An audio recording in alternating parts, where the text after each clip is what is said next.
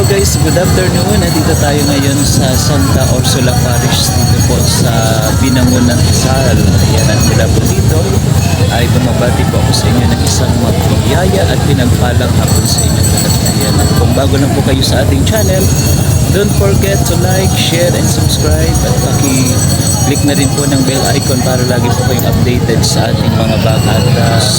Maraming salamat po sa inyong walang sawang pagsuporta sa ating channel. At mula po dito ay ihatid natin ang mensahe patungkol sa mahalagang aral sa buhay ni Joseph the Dreamer.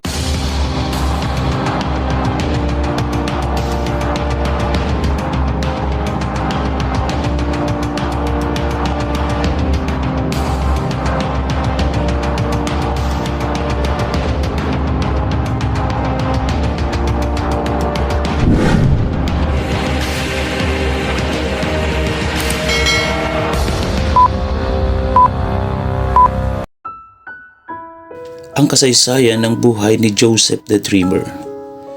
Si Joseph the Dreamer, si Jose na taga-Ehipto, ay isang kilalang tauhan sa lumang tipan ng Biblia. Siya ay anak ni Jacob at ni Raquel, at isa sa 12 anak ni Jacob na bumubuo sa 12 lipi ng Israel. Makikita ang kanyang kwento sa aklat ng Heneses, mga kabanatang 37 hanggang 50. Si Jose ang paboritong anak ni Jacob dahil siya ang anak ni Jacob sa kanyang pinakamamahal na asawang si Raquel. Dahil dito, binigyan siya ni Jacob ng makulay na balabal, coat of many colors, na naging tanda ng kanyang pagkakaiba sa mga kapatid. Nagkaroon si Joseph ng 2 panaginip na nagpapakita na magiging higit siya sa kanyang mga kapatid. Ang mga bigkis ng trigo ng kanyang mga kapatid ay yumuko sa kanyang bigkis. Ang araw, buwan at 11 bituin ay yumukod sa kanya. Dahil dito, nagsilos ang kanyang mga kapatid at nagalit sa kanya. Ipinagbili siya ng kanyang mga kapatid sa mga mangangalakal na papuntang Ehipto. Sa Ehipto, naging alipin siya ni Potiphar, isang opisyal ng paraon. Muling sinubok ang kanyang pananampalataya nang akusahan siya ng asawa ni Potiphar, kaya siya ay nakulong kahit wala siyang kasalanan. Habang nasa kulungan, ipinaliwanag ni Joseph ang mga panaginip ng 2 bilanggo, ang tagapagpainom at tagapagluto ng paraon. Nang si Paraon ay magkaroon ng panaginip tungkol sa 7 taong kasaganaan at 7 taong tagutom, si Joseph lamang ang nakapagpaliwanag nito. Dahil dito, ginawang tagapamahala ng Ehipto si Joseph, pangalawa lamang sa Paraon. Nang dumating ang tagutom, pumunta ang kanyang mga kapatid sa Ehipto upang bumili ng pagkain. Nakilala sila ni Joseph, ngunit hindi agad siya nagpakilala. Sa huli, pinatawad ni Joseph ang kanyang mga kapatid at ipinakita ang awa at kabutihan ng Diyos. Mga aral sa buhay ni Joseph. Number 1. Magtiwala sa plano ng Diyos kahit sa hirap. Naranasan ni Joseph ang pagtataksil at pagkabilanggo at pagiging alipin. Ngunit hindi siya tumigil sa pagtitiwala sa Diyos. Mahalagang magtiwala sa plano ng Diyos kahit sa gitna ng hirap dahil siya lamang ang nakakaalam ng kabuuan ng ating buhay.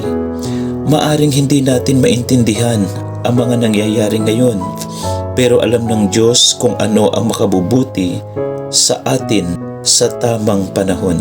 Kawikaan, Kabanatang 3, talatang 5 hanggang 6. Magtiwala ka sa Panginoon ng buong puso at huwag kang mananalig sa iyong sariling kaalaman. Alalahanin mo siya sa lahat ng iyong mga lakad at itutuwid niya ang iyong mga landas. Ang pagtitiwala sa Diyos ay nangangahulugang pagtanggap na siya ang may kontrol kahit hindi natin nakikita ang buong larawan. Sa mga panahon ng pagsubok, doon natin lubos na makikilala ang Diyos bilang Ama na tapat, maawain at hindi mapagpabaya. Ayon kay Santa Teresa ng Calcutta, ang pananampalataya ay pagtitiwala kahit hindi mo naiintindihan ang plano ng Diyos. Kapag natutunan nating magtiwala sa Diyos sa gitna ng hirap, magkakaroon tayo ng kapayapaan sa gitna ng unos. Dahil alam nating sa likod ng lahat ng pagsubok, may layunin at biyayang nakalaan para sa atin.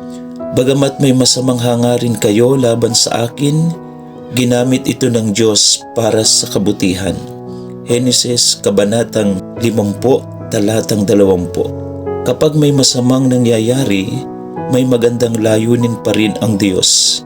Ginagawa niya ang lahat para sa ating kabutihan.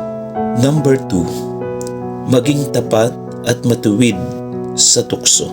Tinanggihan ni Joseph ang tukso ng asawa ni Potiphar dahil ayaw niyang magkasala sa Diyos. Henesis Kabanatang 39, Talatang 9. Paano ko gagawin ang ganyang kasamaan laban sa Diyos?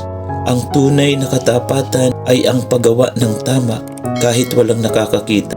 Pinagpapala ng Diyos ang malinis ang puso. Honesty is doing the right thing even no one is watching. Third, matutong magpatawad. Pinatawad ni Jose ang kanyang mga kapatid na nagtaksil sa kanya. Henesis Kabanatang 50, Talatang 11 hanggang 20. Huwag kayong matakot. Bagamat ginusto ninyong saktan ako, ginamit ito ng Diyos para sa mabuting layunin. Mahalaga ang pagpapatawad dahil ito ay daan sa kapayapaan, kalayaan at tunay na pagmamahal. Kapag tayo ay nagpapatawad, hindi lamang natin pinalalaya ang taong nagkasala sa atin, pinalalaya rin natin ang ating sarili mula sa galit, pait at bigat ng kalooban. Mateo Kabanatang 6, Talatang 14 hanggang 15. Sapagkat kung patatawarin ninyo ang mga tao sa kanilang mga kasalanan, patatawarin din kayo ng inyong Amang nasa langit.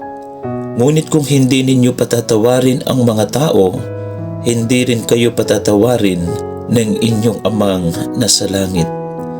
Ang pagpapatawad ay pagsunod sa halimbawa ni Jesus na kahit ipinako sa krus ay nagsabing, Ama, patawarin mo sila sapagkat hindi nila nalalaman ang kanilang ginagawa.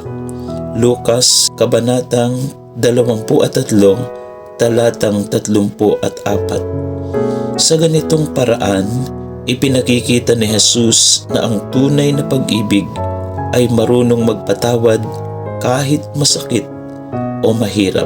Ayon kay San Juan Pablo II, walang kapayapaan kung walang katarungan at walang katarungan kung walang kapatawaran. Ang pagpapatawad ay hindi kahinaan, kundi tanda ng lakas ng loob at pusong puspos ng pag-ibig ng Diyos. Sa bawat pagpapatawad, tayo ay nagiging mas malapit sa Diyos na pinagmumula ng awa at pag-ibig. Ang pagpapatawad ay nagdudulot ng kapayapaan at pagpapala. Sa halip na puot, pinili ni Jose ang pag-ibig. Number 4, ang oras ng Diyos ay perpekto.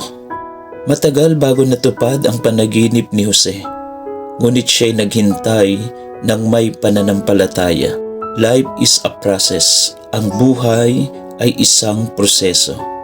Tandaan natin, ang buhay ay hindi natatapos sa isang hakbang lamang. Ito ay isang patuloy na paglalakbay na may mga pagsubok, tagumpay at aral na unti-unting humuhubog sa atin. Tulad ng isang proseso, kailangan ng pasensya, pananampalataya at pagtitiyaga upang marating ang layunin na inilaan ng Diyos para sa atin.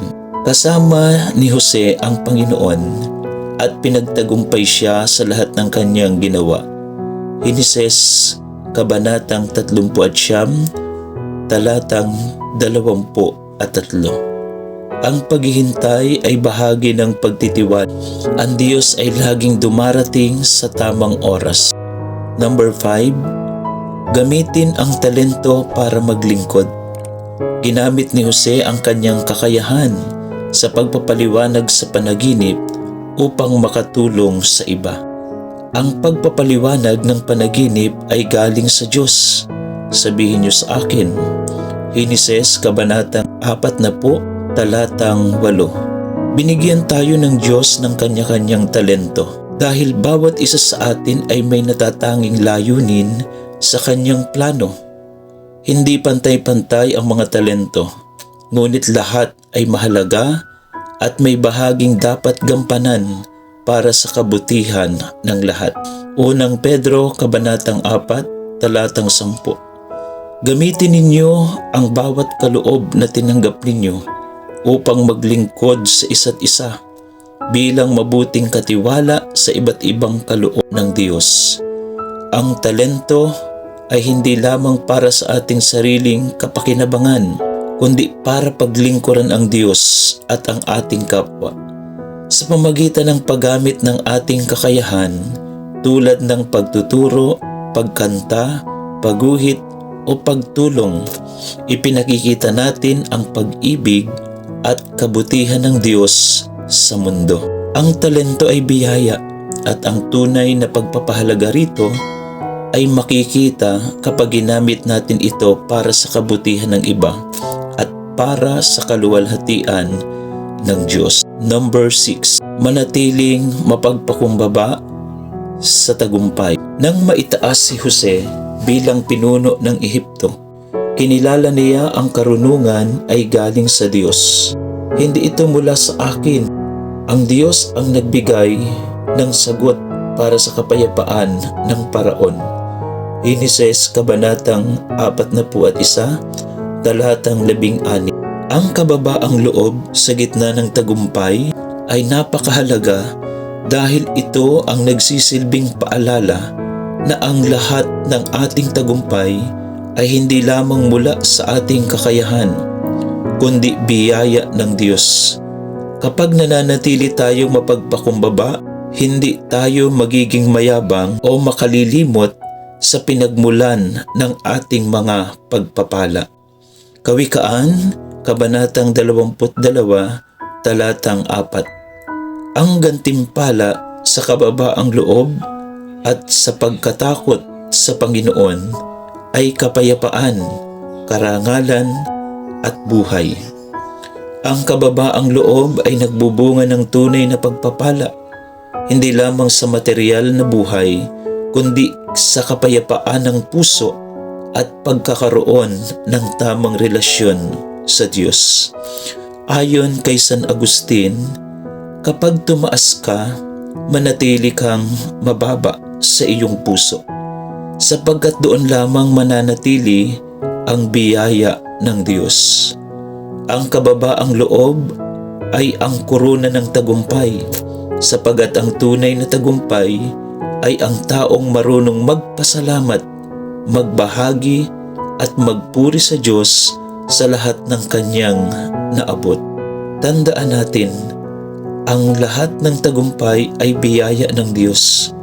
Ang pagpapakumbaba ay daan upang mapanatili ang kanyang basbas.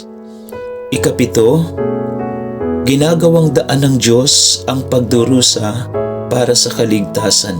Dahil sa pinagdaanan ni Jose, naligtas ang maraming tao sa tagutom. Isinugo ako ng Diyos upang iligtas ang inyong mga buhay.